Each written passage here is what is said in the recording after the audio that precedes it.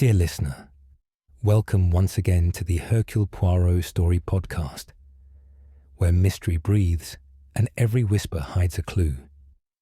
Tonight, step into the mind of the brilliant Belgian detective, whose razor-sharp intellect turns confusion into clarity and deceit into justice. In this chilling tale, Death on the Chair, Hercule Poirot's deadly clue, every detail matters, every silence speaks, and one deadly secret waits to be unveiled. So settle in and let the investigation begin. Chapter 1. Embarkation and Enigmas. The SS Atlantica sliced through the Atlantic's fog-shrouded waves, her sleek hull a gleaming defiance of the ocean's restless churn.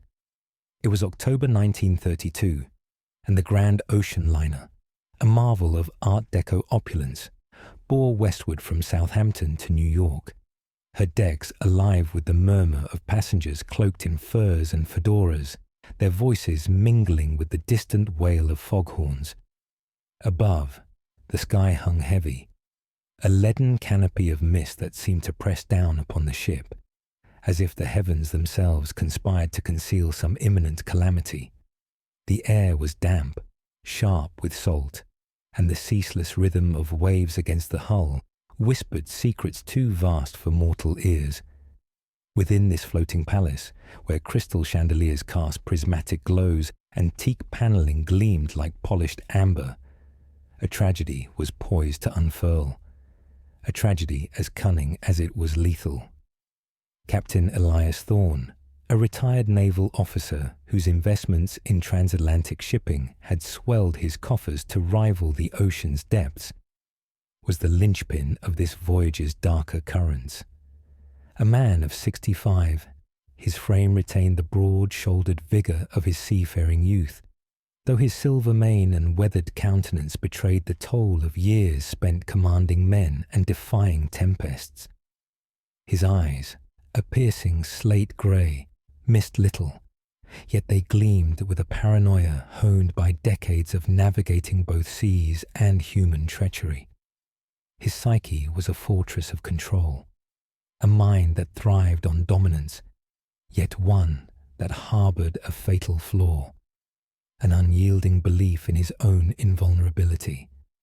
This evening, as the Atlantica plunged through the fog, Thorne's fate hung in the balance, tethered to his beloved leather bergère chair, a relic of his naval days, its deep cushions and sturdy frame a sanctuary he insisted on bringing aboard, now positioned in his private suite by a porthole overlooking the churning sea. The ship's grand salon buzzed with the clink of champagne flutes and the soft strains of a jazz quartet, its notes weaving through the laughter of passengers draped in silks and tweeds. Yet, beneath this veneer of gaiety, an undercurrent of tension pulsed, as if the fog had seeped into the very souls of those gathered.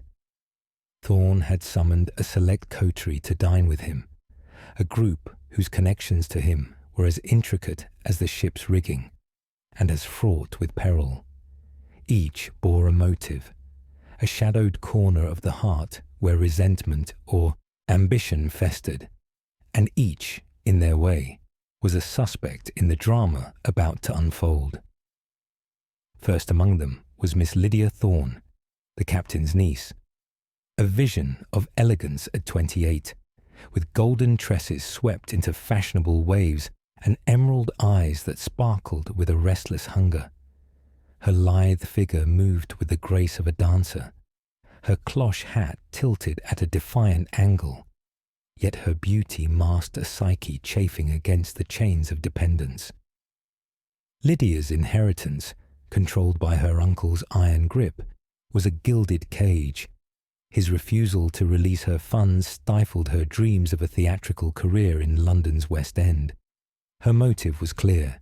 Freedom, both financial and personal, dangled just beyond her reach, attainable only through Thorne's demise.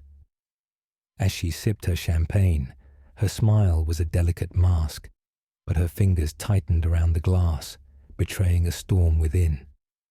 Beside her stood Dr. Harlan Voss, the ship's physician and Thorne's erstwhile comrade from their naval days.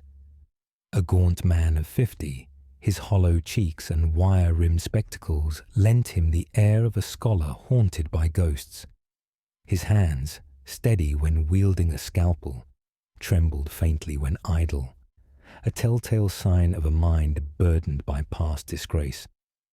Voss's psychological profile was a tapestry of suppressed rage. Years ago, Thorne's testimony in a naval inquiry had cost him his commission, branding him with shame. His motive smouldered like a coal. Revenge for a career ruined, a life diminished. Yet, his demeanour remained one of quiet erudition, his voice low and measured as he exchanged pleasantries, his eyes darting to Thorne with a flicker of something darker.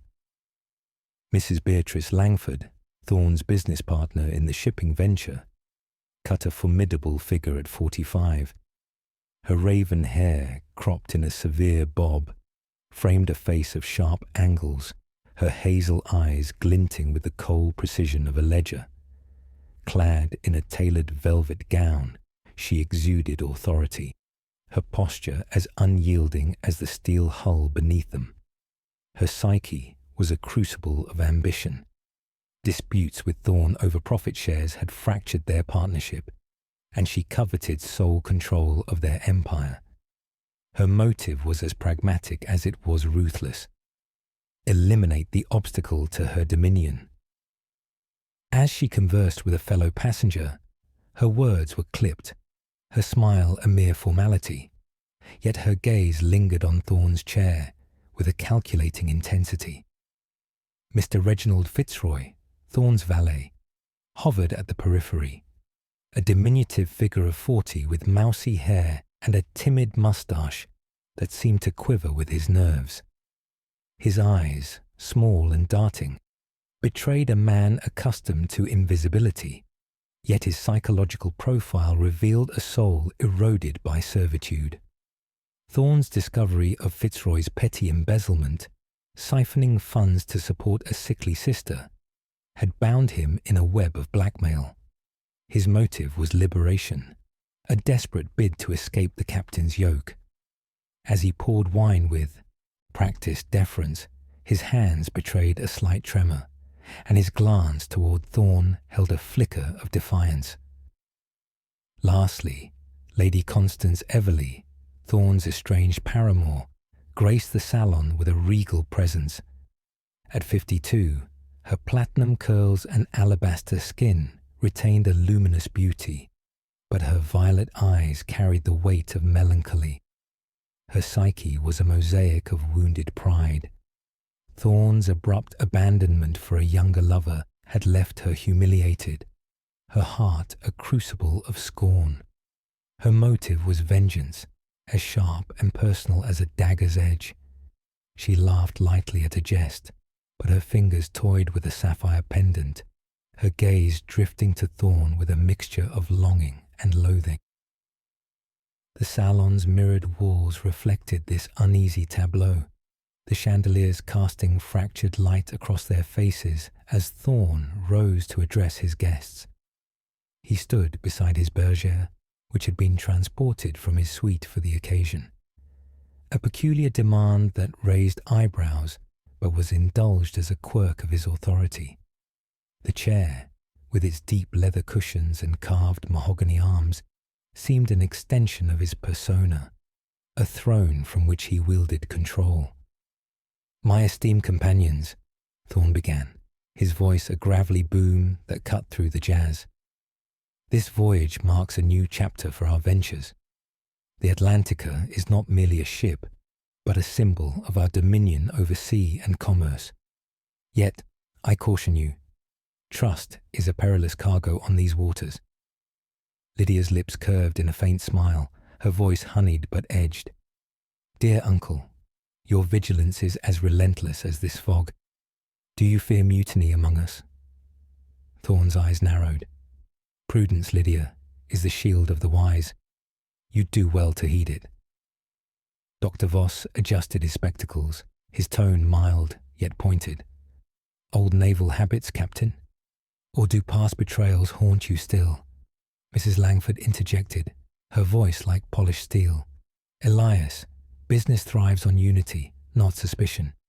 Yet you hoard control like a miser. Fitzroy, refilling glasses, remained silent, but his knuckles whitened on the decanter. Lady Everleigh's laugh tinkled like breaking glass. Oh, Elias, must every gathering be a court-martial? Let us revel tonight. Thorne's gaze swept over them, a predator assessing his prey. Revelry is for fools. Vigilance ensures survival. This chair, he patted its arm, is my anchor, my constant. None shall usurp it. The words hung heavy, a challenge or a warning, as the quartet struck up a mournful tune, the clarinet weaving a thread of unease. The fog thickened beyond the salon's windows, cloaking the ship in an almost palpable secrecy. Conversations resumed, but each exchange carried a hidden barb, each glance a veiled accusation. The air was electric, not with camaraderie, but with the static of unspoken grudges. As the evening waned, Thorne excused himself to his suite, citing a need for reflection. "Join me later, if you must," he said, gesturing to the chair now being returned to his cabin by stewards. "But disturb my repose at your peril." The group dispersed, their movements shadowed by intent. Lydia lingered by the porthole, her reflection ghostly in the glass, her mind spinning tales of freedom. Voss retreated to his medical cabin, thumbing through a tome on toxicology, his fingers pausing on a passage about curare. Mrs. Langford slipped into the library, her ledger open to figures that told a tale of betrayal. Fitzroy vanished to the pantry, his polishing cloth a pretense for solitude. Lady Everleigh wandered the deck, her shawl trailing in the mist, her thoughts a whirlpool of past promises broken. In Thorne's suite, the bergère sat by the porthole, its leather gleaming under a single lamp. Unseen within its depths, a needle, slender as a whisper, laced with curare, awaited its moment. The toxin, procured from a shadowy apothecary in a distant port, was a silent assassin, paralyzing its victim in moments, leaving no trace but a pinprick. The chair's familiarity was its trap. Thorne's habit of reclining there each evening made it the perfect instrument of death. As midnight approached, the ship creaked softly, her timbers groaning under the weight of secrets. A figure moved through the corridors, cloaked in shadow, gloved hands adjusting the chair's mechanism with practiced precision. The door's faint creak was swallowed by the sea's murmur, the fog a conspirator in their stealth. Thorne returned, his steps heavy with the weight of command. He sank into the bergère, a sigh escaping as he gazed at the fog beyond. "Fools, all of them," he muttered, unaware of the needle piercing his thigh. The curare acted swiftly, his limbs seizing, breath faltering in a silent gasp. His cigarillo slipped, scorching the carpet, a deliberate misdirection to suggest accidental demise. The ship sailed on, oblivious to the tragedy within. At dawn, Fitzroy's cry would shatter the silence, summoning the others to behold their captain, rigid in his chair, his face frozen in a rictus of surprise. The stage was set, the players poised, and the arrival of Hercule Poirot travelling incognito would soon cast light upon this maritime mystery. But for now, the fog held its secrets close, and the Atlantica bore her passengers toward an uncertain dawn. Chapter 2. Currents of Suspicion, the SS. Atlantica pressed through the Atlantic's fog like a spectre gliding through a dream, her polished decks slick with mist and her funnels exhaling plumes that dissolved into the grey void.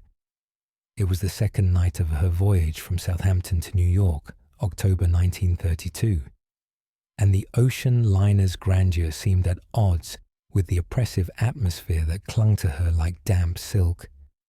The foghorns wailed their mournful dirge, a sound that seemed to echo the unspoken tensions weaving through the ship's opulent interiors. In the grand salon, the jazz quartet's notes had faded, replaced by the ceaseless murmur of waves and the creak of timbers straining against the sea's relentless pull. Somewhere within this floating palace, a deadly mechanism lay primed, a leather Berger chair in Captain Elias Thorne's suite, its cushions concealing a curare-laced needle poised to claim its victim. The air was thick with foreboding, as if the fog itself whispered of treachery yet to be unveiled. The passengers, cloaked in their finery, had dispersed from the salon after Thorne's imperious speech, each retreating to their private sanctuaries or shadowy corners of the ship. Yet their minds were far from restful, entangled in webs of motive and opportunity. Thorne, the retired naval officer, whose wealth and authoritarian grip had forged both fortune and enmity, had retired to his suite, oblivious to the lethal trap awaiting him. His beloved chair, a relic of his naval glory, stood by the porthole, its deep leather and carved mahogany arms a deceptive haven. The needle, embedded with surgical precision, was a silent assassin, its curare payload capable of paralyzing in moments, leaving only a pinprick as evidence, a pinprick that would soon seal Thorne's fate. In the dim corridors of the Atlantica, the suspects moved like chess pieces in a game of veiled intentions. Miss Lydia Thorne, the captain's niece, paced her cabin, her golden tresses loosened from their elegant waves, falling in disarray about her shoulders. At 28, her lithe frame and emerald eyes belied a psyche taut with frustration. Her uncle's control over her inheritance was a chain she longed to break. Her dreams of a theatrical career in London's glittering West End stifled by his parsimony. As she stood by her porthole, the fog beyond a mirror to her clouded thoughts, she murmured to herself, "Freedom is worth any price." Her motive was clear, the vast fortune that would be hers upon Thorne's death. Yet her fingers toyed nervously with a silk scarf, and her eyes darted to the door as if expecting an unseen observer. Dr. Harlan Voss, the ship's physician, sat in his medical cabin, a cramped space lined with shelves of vials and tomes. His gaunt frame, hollow cheeks, and spectacles perched on an aquiline nose gave him the air of a man perpetually haunted. At 50, his psyche was a labyrinth of suppressed rage, rooted in a naval inquiry where Thorne's testimony had stripped him of his commission.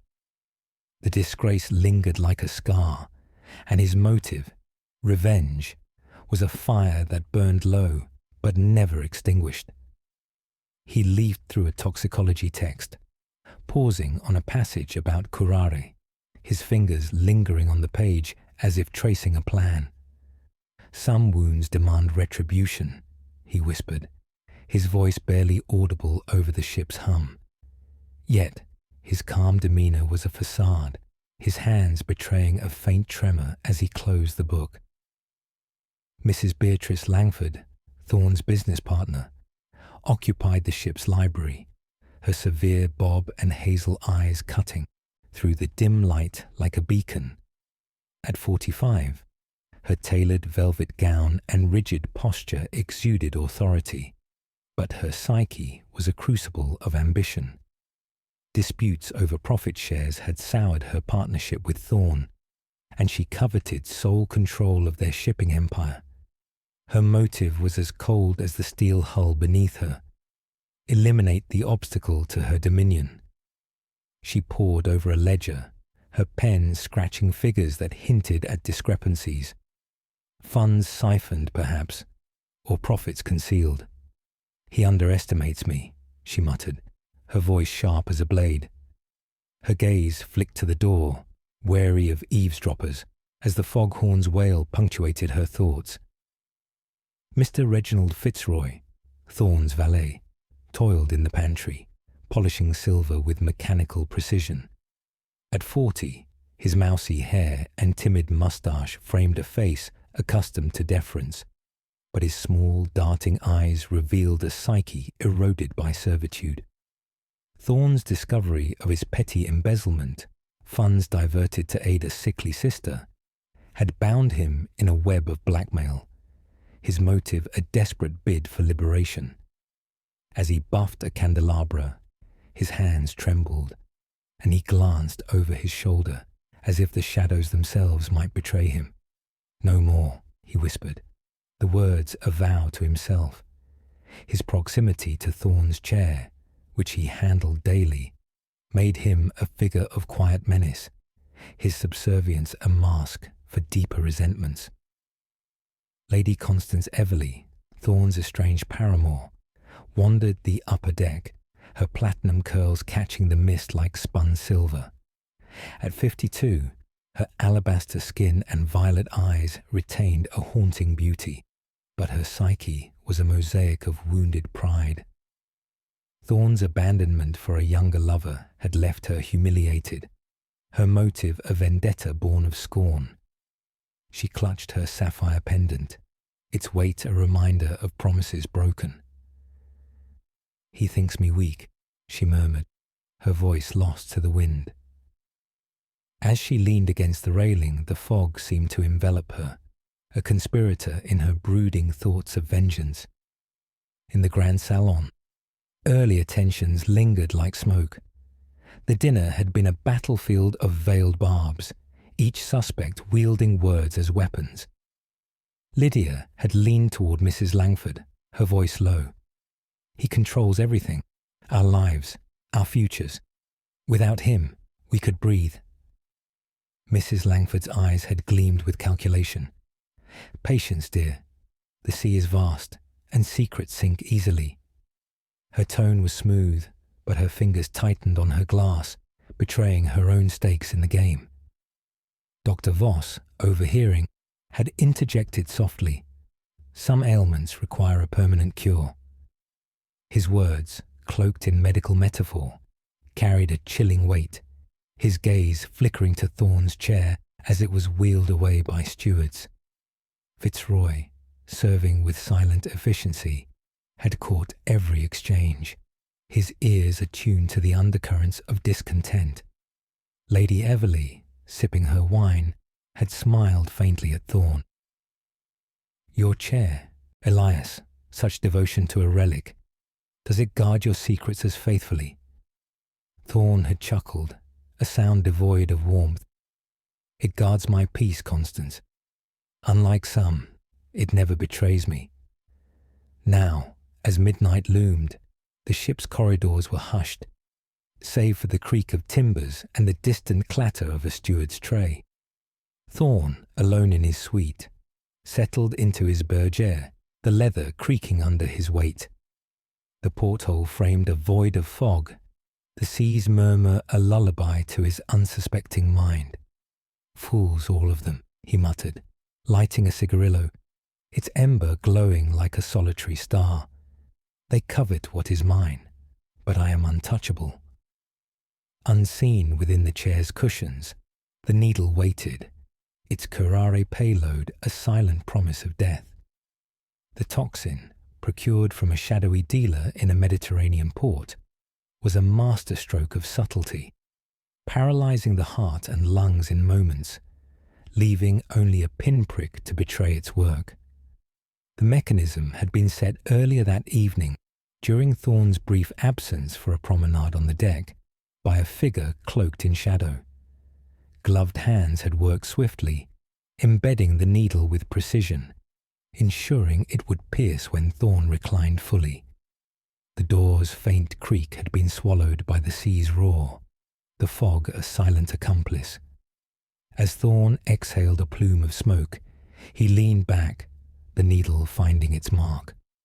A sharp prick, unnoticed at first, gave way to a creeping numbness. His cigarillo slipped, scorching the carpet, a deliberate misdirection to suggest accidental demise. His limbs seized, his breath faltered, and his eyes widened in mute horror as paralysis claimed him. The sea continued its endless song, oblivious to the tragedy unfolding within the suite. Elsewhere, the suspects pursued their private machinations. Lydia, in her cabin, penned a letter to a theatrical agent, her words bold with ambition. "Soon, I shall be free to take the stage." She sealed it, her heart racing with the thrill of possibility, though her alibi, a claimed midnight stroll, would later prove shaky, as a steward recalled seeing her near Thorne's suite. Voss, in his cabin, closed his toxicology tome, his mind replaying the properties of curare: swift, traceless, deadly. His fingers brushed a vial in his medical kit, its absence unnoticed by others but heavy with implication. "Justice is a precise art," he murmured, his calm facade cracking for a moment. Mrs. Langford, in the library, annotated her ledger with furious strokes, her calculations revealing Thorne's intent to audit their accounts, an audit that would expose her siphoning of funds. "He'll not ruin me," she vowed, her eyes narrowing as she glanced toward the corridor leading to Thorne's suite. Fitzroy, in the pantry, paused his polishing, his thoughts a whirl of fear and resolve. "One act and I'm free," he whispered, his gaze falling on a small toolkit he used for minor repairs, a toolkit that contained a slender tool perfect for embedding a needle. His proximity to the chair made him a shadow of suspicion, his deference a cloak for desperation. Lady Everleigh, on the deck, let the mist dampen her shawl, her thoughts a tempest of scorn. "He thought me disposable," she said to the sea, her voice trembling with rage. A silken thread from her shawl snagged on a railing would later be found near Thorne's suite, a red herring or a clue. As the clock struck midnight, the Atlantica sailed on, her passengers unaware of the drama unfolding in the captain's suite. Thorne's body slumped in the chair, his face frozen in a rictus of surprise, the pinprick hidden beneath his trousers. The scorched carpet and fallen cigarillo would mislead the unwary, suggesting a tragic accident rather than cold-blooded murder. At dawn, Fitzroy's cry would pierce the silence, summoning the others to behold their captain's fate. "The captain! Dead in his chair!" he would exclaim, his horror perhaps too theatrical, his hands trembling as he backed away. The stage would be set for Hercule Poirot, travelling incognito among the passengers to step from the shadows and unravel the web of deceit. But for now, the fog held its secrets, and the suspects drifted through the night, each a potential architect of death, their motives swirling like currents beneath the Atlantica's gleaming surface. Chapter 3. The Sleuth's Scrutiny. The SS. Atlantica shuddered through the Atlantic's unforgiving swell, her hull groaning as if protesting the weight of the secret it now harboured. It was the third day of her voyage, October 1932, and the fog had thickened into a suffocating veil, blotting out the horizon and turning the ocean liner into an isolated island adrift in a sea of uncertainty. Dawn's feeble light filtered through the mist, casting ethereal, wavering shadows across the decks, where stewards moved like ghosts, their footsteps muffled by the damp air. Below, in the opulent confines of Captain Elias Thorne's suite, the air hung heavy with the acrid scent of scorched carpet and the metallic tang of death. The leather bergère chair, once a symbol of Thorne's unassailable authority, now cradled a corpse, rigid, eyes wide in eternal accusation, a faint pinprick on his thigh the only whisper of the curare that had silenced him forever. The ship, oblivious to the horror within, continued her westward plunge, but aboard her, a storm of suspicion was brewing, poised to erupt with the force of the waves battering her sides. Reginald Fitzroy's cry had shattered the morning's fragile peace, echoing through the corridors like a harbinger of doom. The captain, dead. Oh, merciful heavens, dead in his chair. The valet's voice, usually a timid murmur, cracked with what seemed genuine horror, though his darting eyes betrayed a flicker of calculation. He stumbled back from the suite's door, his mousy hair dishevelled, hands trembling as if the very air had turned to ice.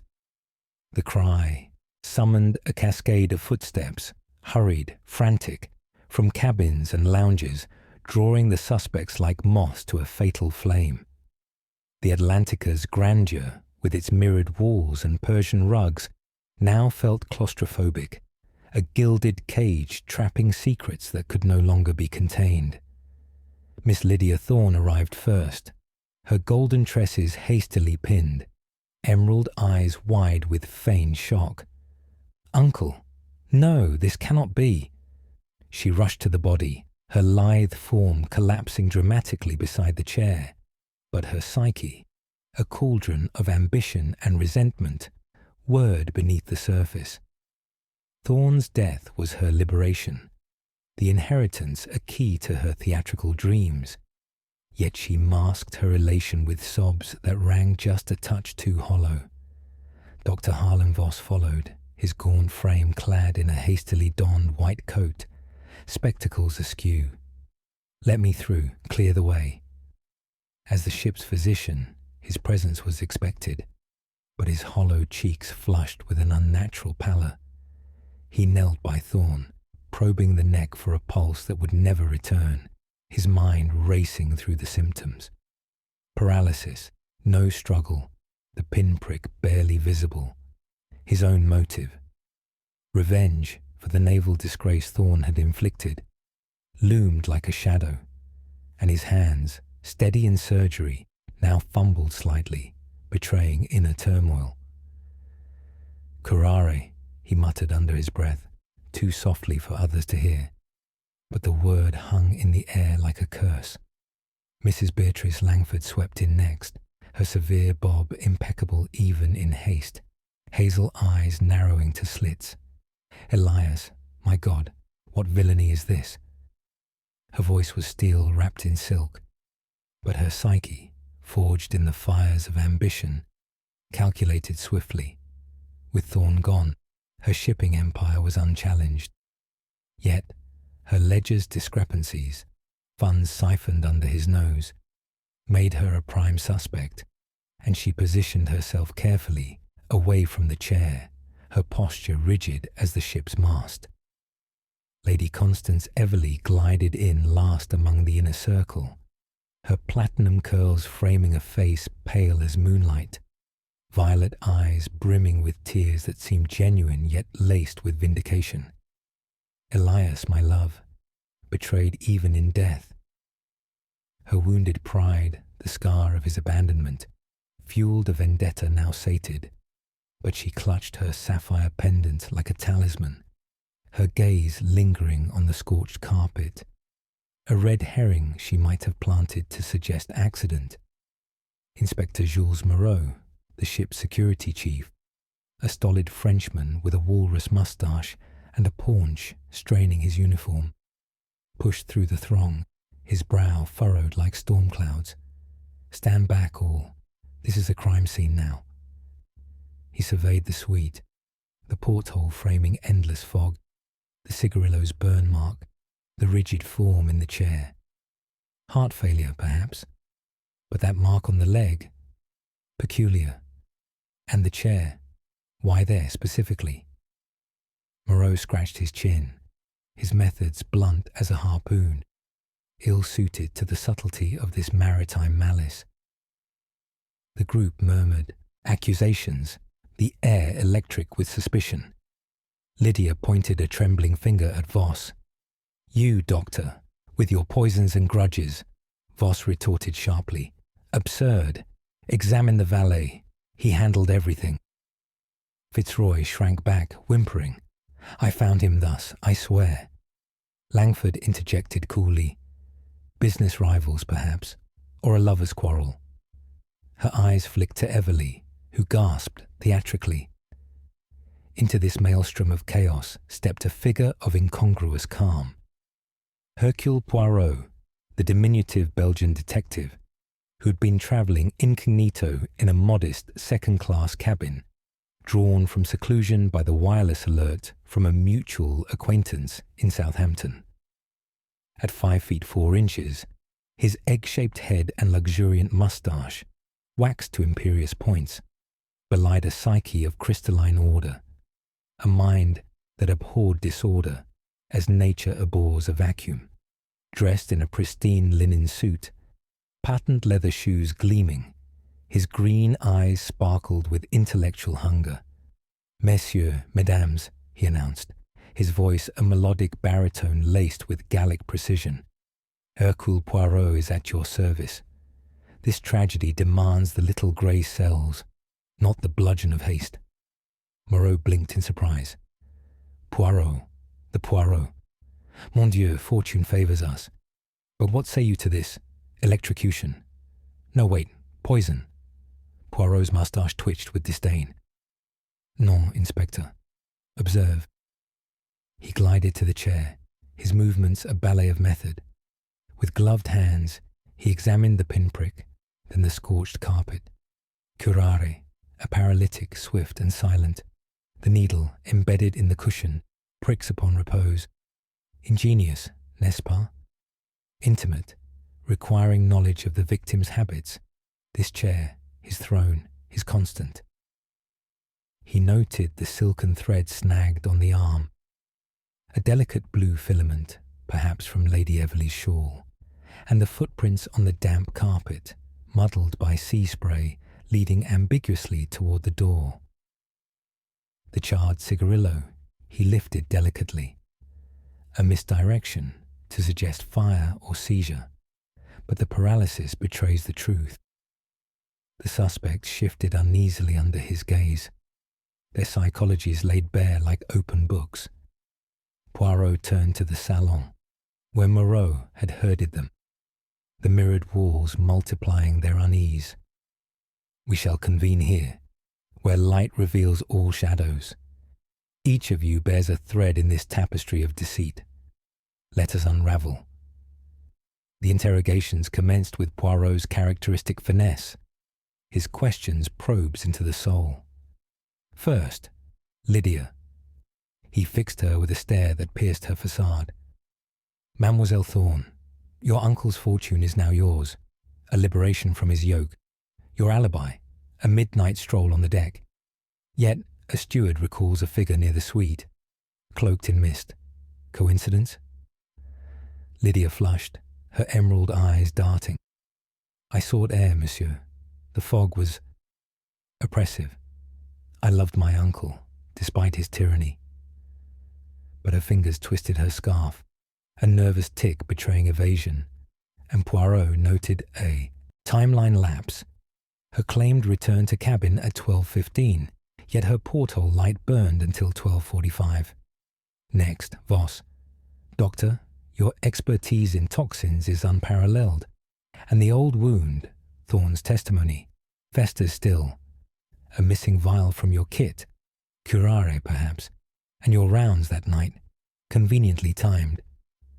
Voss adjusted his spectacles, his voice steady, but eyes evasive. "Preposterous, monsieur. I administered aid at dawn, nothing more.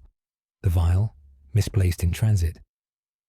Yet his hands trembled faintly, a psychological clue of guilt's undercurrent, and the steward's log showed his cabin door ajar at 11:50, an inconsistency in his sworn solitude. Mrs. Langford faced him with defiant poise. "Madame, business is war without weapons, yet here one was wielded. Your ledger, discrepancies abound. Thorne's audit loomed. Did you act to forestall ruin?" Her hazel eyes met his unflinchingly. "Slander, Poirot. Our partnership was sound. I dined late in the grill. Witnesses aplenty. but Poirot spied a discarded glove in her cabin later, a match to one found near the suite, a physical clue she dismissed as lost at sea. Her overconfidence, a behavioral pattern, masked deeper calculation. Fitzroy quavered under scrutiny.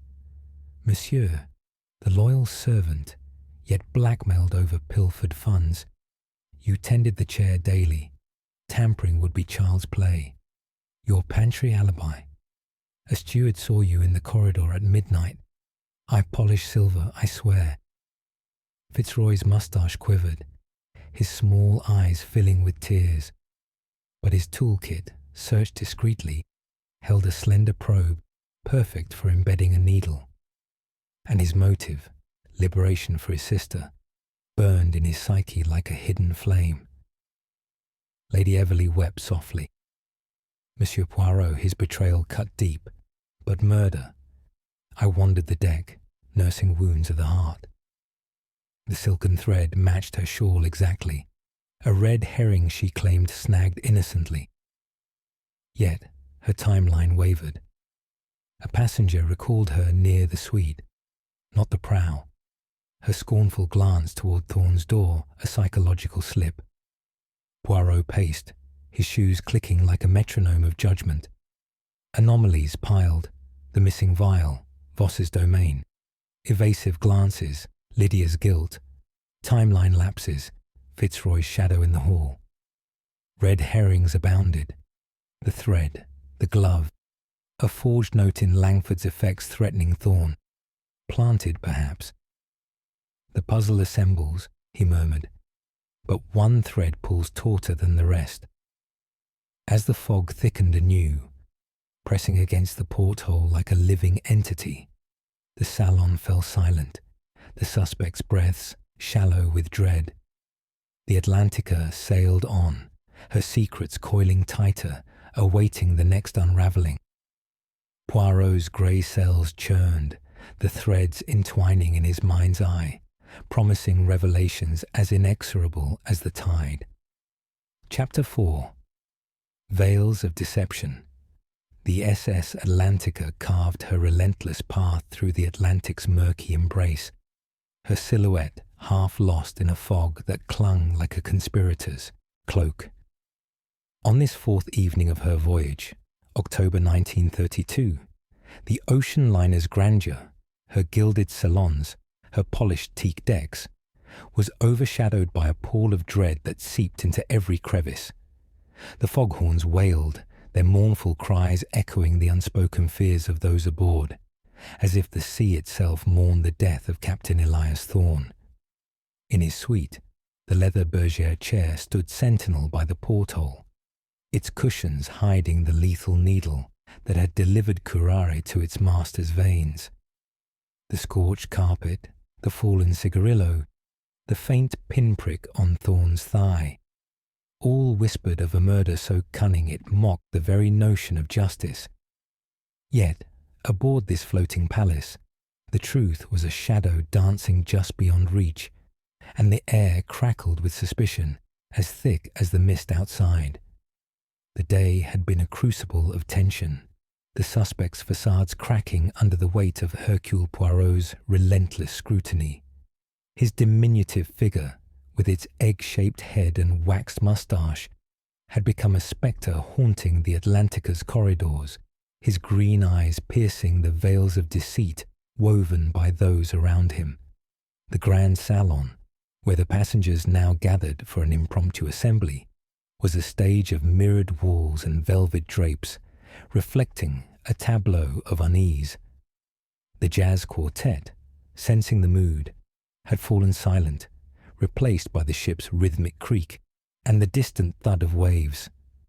Each suspect, Miss Lydia Thorne, Dr. Harlan Voss, Mrs. Beatrice Langford, Mr. Reginald Fitzroy, and Lady Constance Everley, stood poised like actors awaiting a cue, their psychologies laid bare by Poirot's probing, their motives swirling like eddies in the sea. Lydia, her golden tresses catching the chandelier's light, stood by a mirrored pillar, her emerald eyes darting nervously. Her ambition to break free from her uncle's financial grip pulsed beneath her composed exterior, but her alibi, a midnight stroll, had crumbled under Poirot's questioning, a steward's testimony placing her near Thorne's suite at the fatal hour. Dr. Voss, his gaunt frame rigid, clutched a medical journal, his spectacles glinting as he avoided direct gazes. His knowledge of curare and a missing vial from his kit cast a long shadow over his claims of innocence. Mrs. Langford, her severe bob framing a face of cold authority, gripped her ledger, her hazel eyes betraying a flicker of unease as Poirot hinted at her embezzlement. Fitzroy, the valet, hovered at the edges, his mousy hair and timid moustache masking a psyche desperate for liberation from Thorne's blackmail.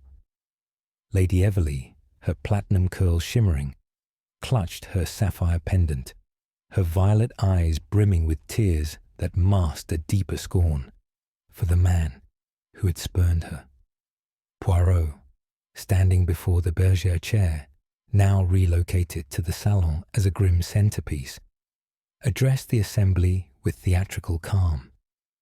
"Mesdames et messieurs," he began, his voice a velvet blade cutting through the tension. "The murder of Captain Thorne is a tapestry of deception, woven with threads of motive and opportunity. But fear not, the little grey cells of Hercule Poirot shall unravel it." His moustache twitched, a signal of the intellectual storm brewing within. The suspects shifted, their breath shallow, as if the very air might betray them. The day's investigations had unearthed a trove of clues, each a puzzle piece in Poirot's meticulous mind. In the ship's bilge, a steward had found a discarded glove, fine kid leather, matching a pair in Mrs. Langford's cabin, though she claimed it lost in the shuffle of travel. Footprints, faint and muddled by sea spray, led from Thorne's suite to the upper deck, curiously matching the size of Lady Everleigh's delicate shoes. A misdirection, perhaps, planted to mislead. A slender probe, perfect for embedding a needle, lay hidden in Fitzroy's toolkit, its presence a silent accusation against the valet's trembling denials. A silken thread, blue and delicate, clung to the chair's arm, an exact match to Lady Everleigh's shawl, though she swore it was snagged innocently during a visit to Thorne's suite days prior. Most damning, a vial's residue, trace amounts of curare, was found on a cloth in Voss's medical cabin, though he insisted it was contamination from routine work. Psychological clues deepened the web.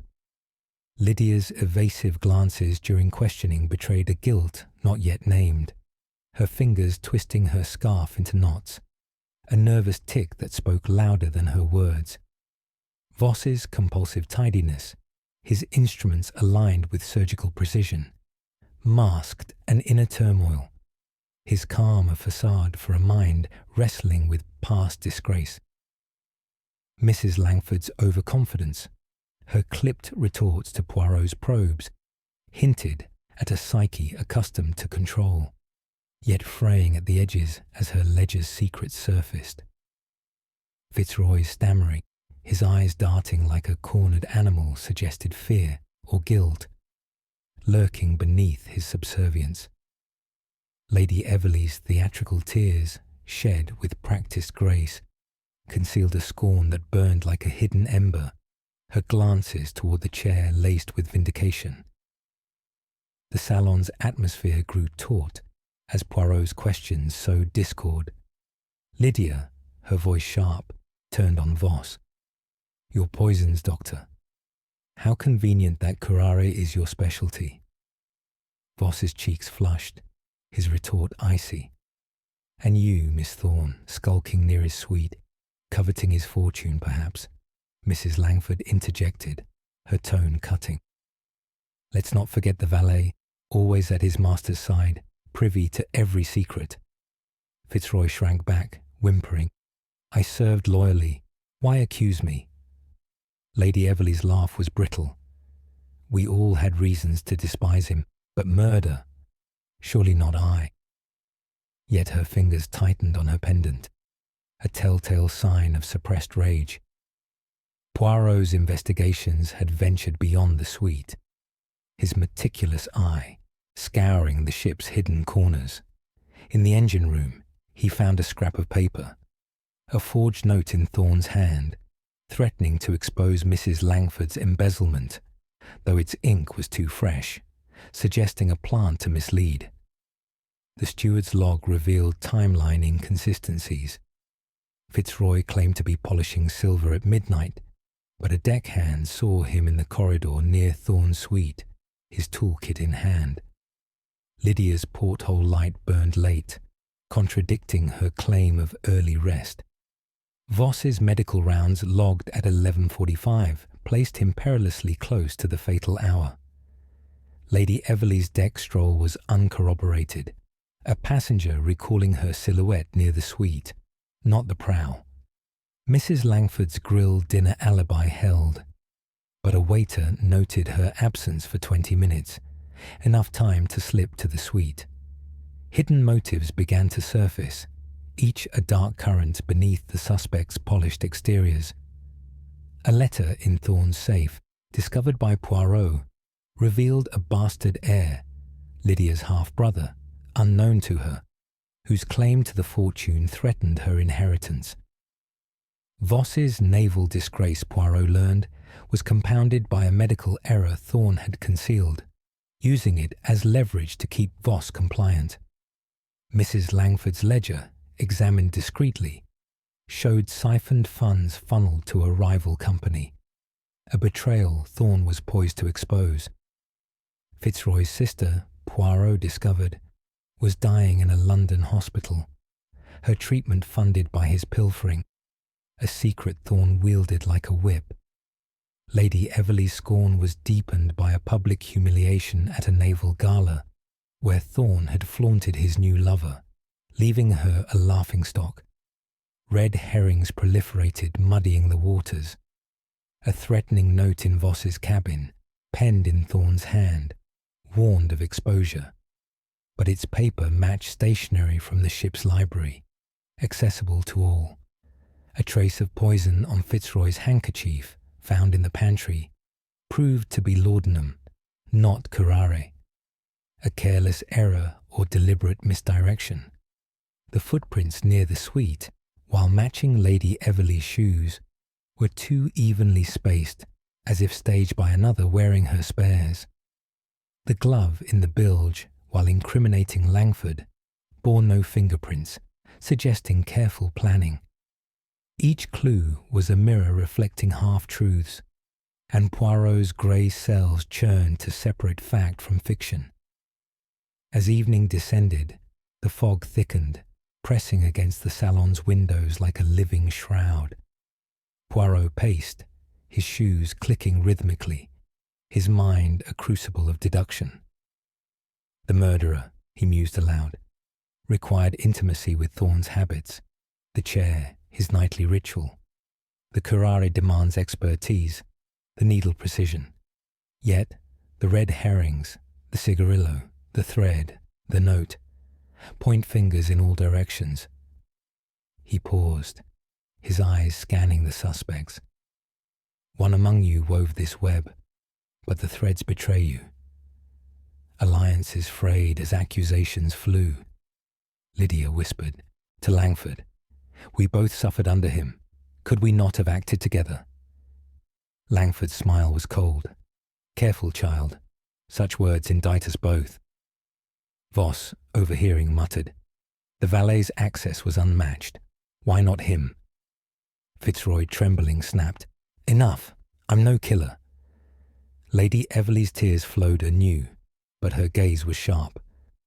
Jealousy points to the niece, or the doctor's grudge. Poirot observed, sowing seeds of doubt. He noted Mrs. Langford's overconfidence, a psychological slip, her belief in her untouchability, a chink in her armour. Voss's compulsive tidiness, his instruments aligned like soldiers, hinted at a mind desperate to control chaos. Lydia's nervous tick, her scarf now a twisted rope, spoke of guilt or fear.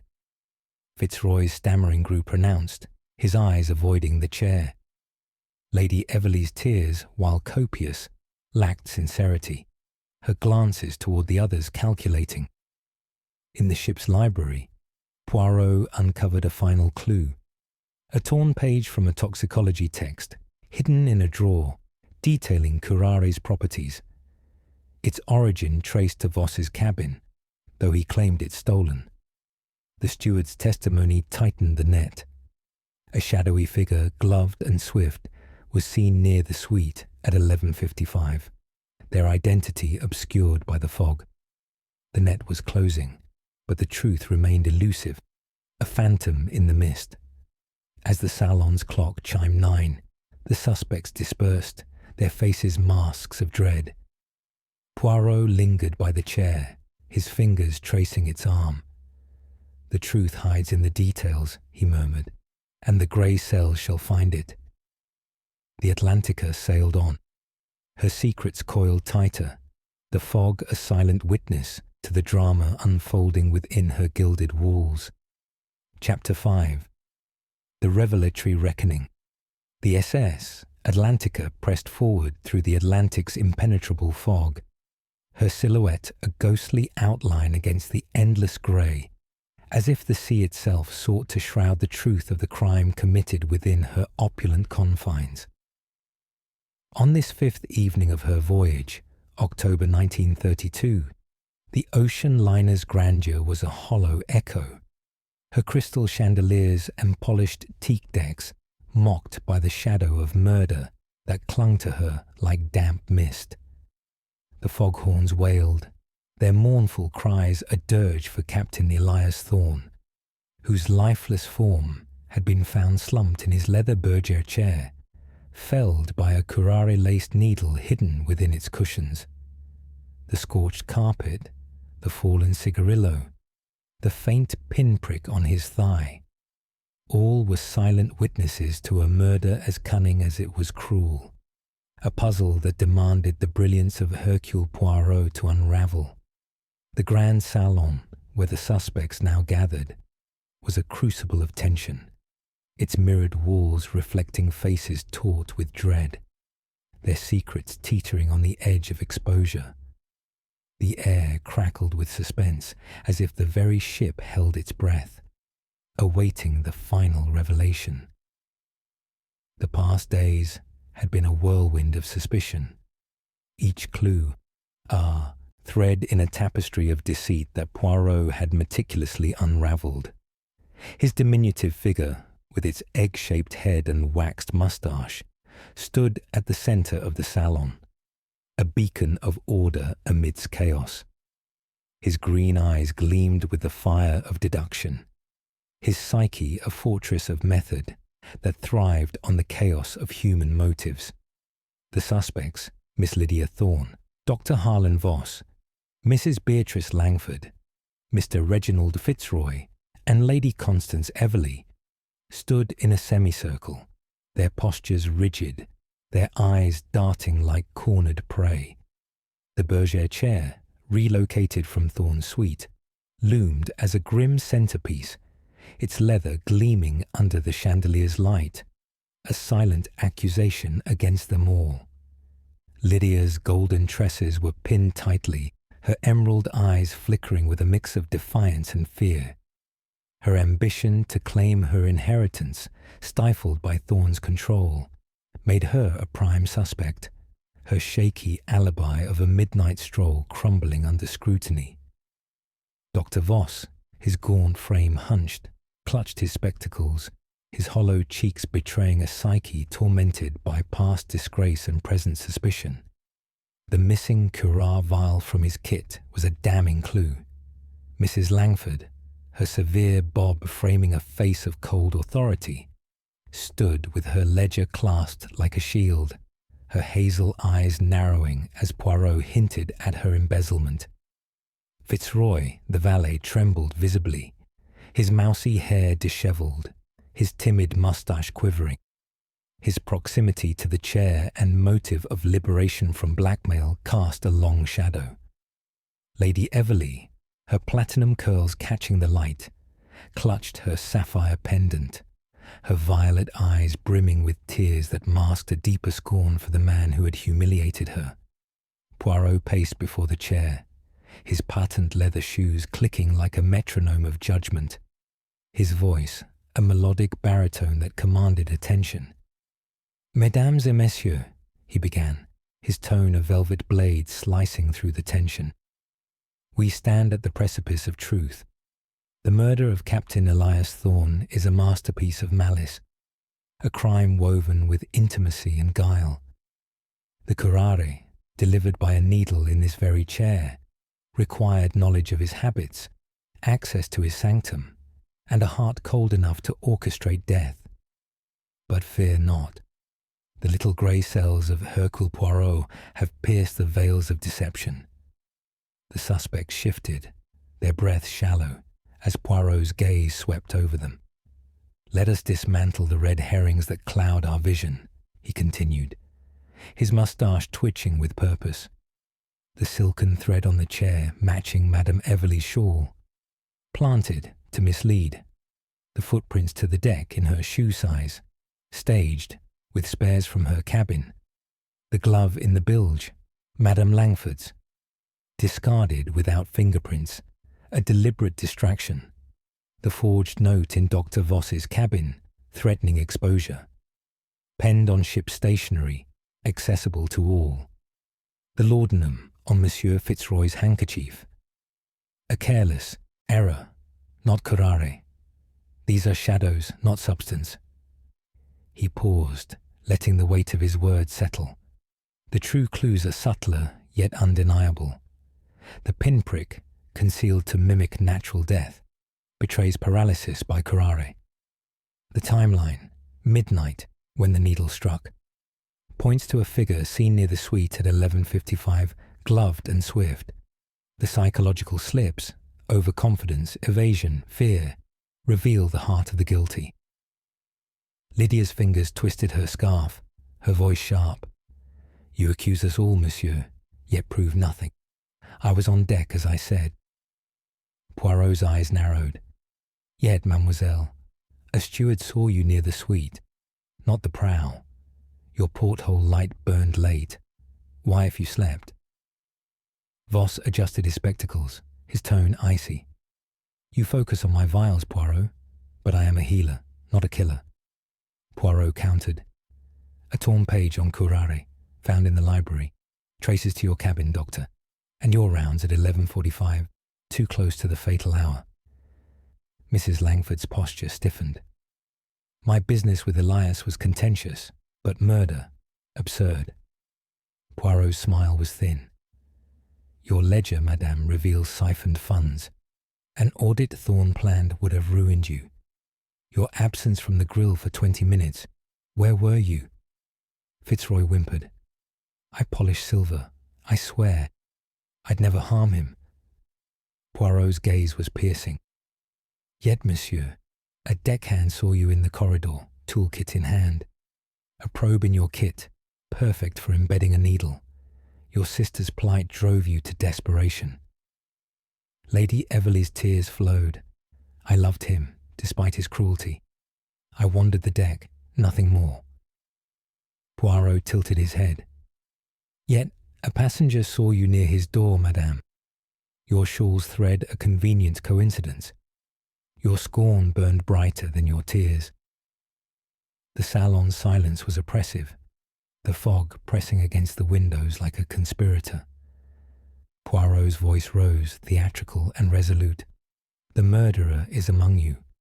Their motive as deep as the sea, their method as precise as a surgeon's blade. Let us consider the chair, Thorne's sanctuary, tampered during his promenade yestereve. Who had access? Who knew Curare's secrets? Who harboured a grudge so potent it demanded death?" He turned to the chair, his fingers tracing its arm. The physical clues converge. The probe, the vial's residue, the timeline. The psychological clues, overconfidence, compulsion, evasion, point to one whose facade cracks under scrutiny. He paused, his eyes locking on each suspect in turn, their faces pale, their breaths held. The murderer, Poirot declared, his voice ringing like a bell, is Dr. Harlan Voss. Gasps erupted, shattering the silence. Voss's spectacles slipped, his hollow cheeks blanching. Preposterous!